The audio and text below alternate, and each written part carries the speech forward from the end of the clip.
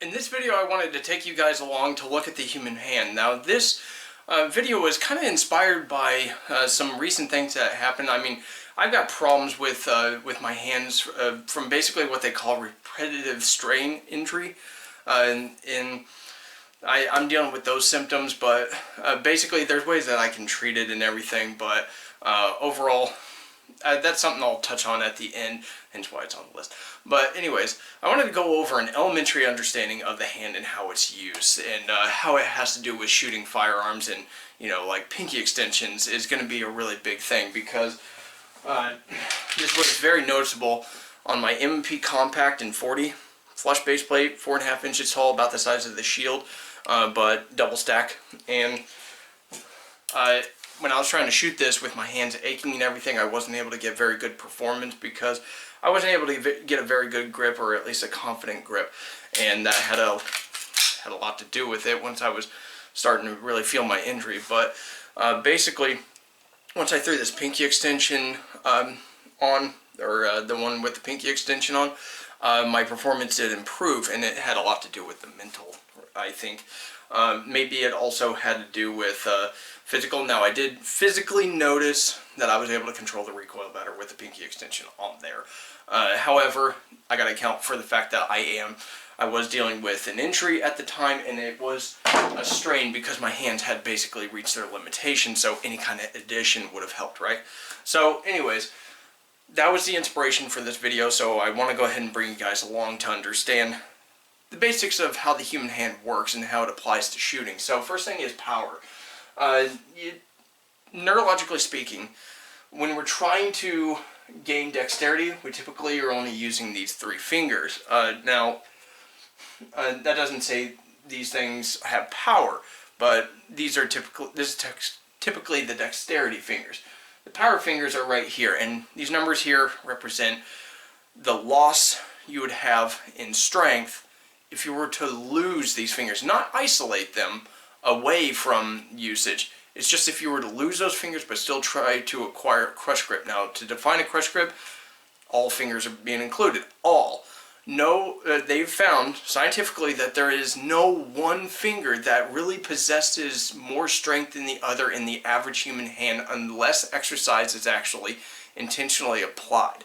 So, let's keep that in mind. So 50% just losing your pinky right off the bat. Without physical therapy or recovery right away, you're going to lose 50% on the average hand. If you didn't really use your pinky much to begin with, then the number would obviously probably be lower, because I didn't use it in the first place. It was basically useless, right? So you basically were exercising all these 4 fingers anyways. So your crush grip naturally just never included your pinky finger. So that's consideration. If you don't like using pinky extensions, then everything you do, try to exclude the pinky from it. See how that works out. But anyways, if you were to lose the pinky and the ring finger, they found that the average person loses 67% of their grip strength. That's a considerable amount. That's 2/3 of your overall grip strength. And again, grip strength is using all your fingers, all together. Now, that doesn't really necessarily mean that those are stronger fingers individually. It just means that overall, when we're including all the muscles and everything, it's pretty complex how everything goes together in your hands. Your hands and your feet are pretty complex as far as like the evolution and how everything is made up, the tiny bones in there and the support structure that's there in order for us to do all these complex movements and everything. But again, no one finger really has more. It's all about using it all in combination. So when I talk about certain things like sympathetic movement and stuff like that, that's because our hand is meant to work in conjunction. However, now let's talk about dexterity. When we're actually trying to isolate things like a trigger pull, we naturally have to isolate and relax our hands. In order to do that, we need to, when we're neurologically telling one of our fingers to do a fine motor skill, as far as like doing things very slow and be very sensitive and everything, we have to just, it's almost as if, the science isn't really clear on this, at least to me, elementary wise, but theoretically, I would say that when we're actually telling our hand to perform a task, if it's power, we concentrate on power, hence the flinch response. That's why fingers straighten off the trigger and you actually push it against the frame, you're actually able to acquire an actual crush grip, so to speak. Even though it's straight, you're actually applying all force with all fingers. However, if we're trying to get a precise shot and we're actually trying to maximize dexterity and sensitivity, even in our trigger fingers, sympathetically, we actually start relaxing our entire hand. So theoretically, we have to choose between dexterity and power. So trying to get a crush grip, theoretically, trying to get a crush grip and still have fine movements, theoretically it's impossible, right? So we have to choose one over the other. Not saying that you can't train to shoot fast and be able to pull the trigger without moving the gun while having a crush grip with one hand.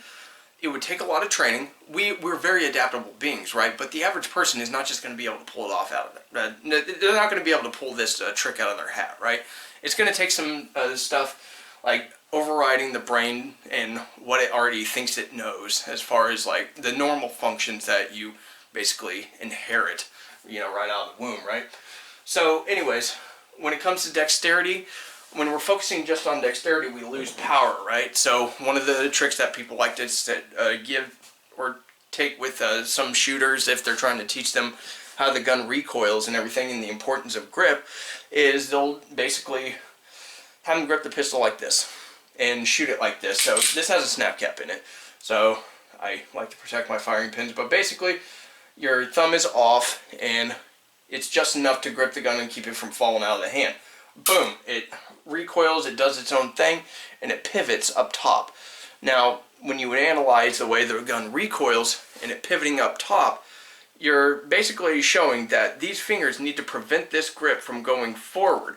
So therefore, if you want to look at it, the pinky could be absolutely necessary for people that don't train their hands very often or don't want to.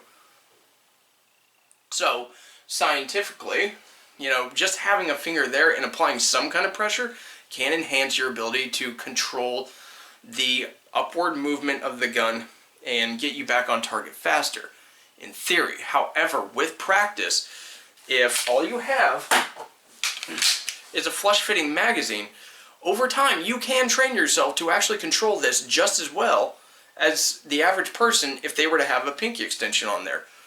It does take time. You're going to have to increase the strength of your ring finger and all your other fingers in order to make up for it. And also, if you're trying to get a crush grip while doing fine movement with the trigger, it's going to be very hard to do. Not impossible. I've trained my body to be able to get a crush grip and actually pull the trigger without moving the gun. However, it's taken a lot of time, and this comes to the point where we have limitations. So, I've got something that's called repetitive stress injury in my hands because I dry fired a lot, I've shot a lot, and I didn't understand the concept of stretching, taking care of my hands, or anything like that. So I have to do stretches often. That's why I did a video on stretches and stuff like that. But basically, repetitive stress injury, very common for people to hear about it, like in form of carpal tunnel and stuff like that. And it doesn't necessarily come all the time into carpal tunnel. It can just come from constant strain, like your forearms ache and your joints ache up here, your joints ache in here or in here. I mean, heck, I even have joint pain in here, and that's just from constant strain. And even on the inside, it'll hurt, and it's just repetitively holding a gun in a crush grip without giving myself a break and doing that for years.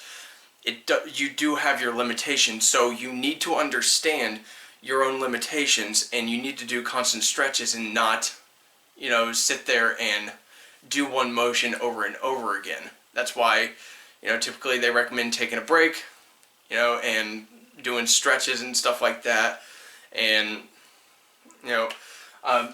doing some different motion than what you're doing a lot of repetitions on, like on workouts and stuff like that. You can get repetitive stress injuries just from like doing a lot of barbell curls and stuff like that, low weight, high rep stuff. You can actually incur an injury from that.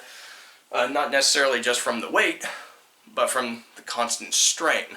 Even if it's mild, you won't even feel it until it basically pops. So anyways, with all that said, that's basically how the hand works. I would leave it up to you if you think that a pinky extension is actually necessary. For me, it really depends on the situation. However, I don't like using the pinky extension when I actually have to maximize concealability. However, the pinky extension on this M&P Compact does not really take up very much room, so it could be a good option for me, given my situation. With pinky extension, even with my aches and pains, I was still able to perform relatively well. Still within Stormtrooper tolerance, but it wasn't as bad as when I was using the Flush Fit magazine and I was trying to force it to work and still perform just as well. So anyways, I'll leave that up to you guys to decide if you like pinky extensions or not. However, I would encourage you to exercise your fingers, constantly do your stretches though, but one of the best ways you can improve your recoil control is to work on your grip and your finger strength and stuff like that. But again, understand this last part, your limitations. Do not sit there and encourage an injury by not taking breaks and stretching. There's nothing wrong with admitting that you have limitations. Over time, you're going to be able to go longer without needing a break, but you need to take those breaks so you don't end up basically like me, where I have to do it like every 20 reps or whatever. So anyways, with all that said, I appreciate you guys watching this. Let me know what you think in the comments below, and you guys have a good one.